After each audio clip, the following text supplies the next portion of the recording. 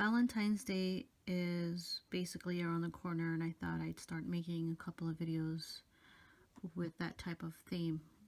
On my nails, I have already put a base coat. This is from Revlon Colorstay. I'll show you the color number right here. It's 320. It's called Trade Winds. And then we're also going to be using black.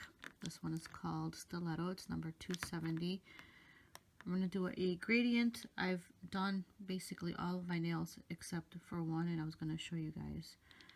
I do want to stamp using Hit the Bottle. This one is called Champagne Shifter, and the stamping plate is by Gogoonly. It's the Saint Lover theme.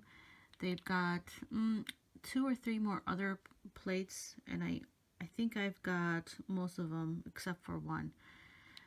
Here's the sponge I'm using, and I'm using the clear jelly stamper for this one. So let's go ahead.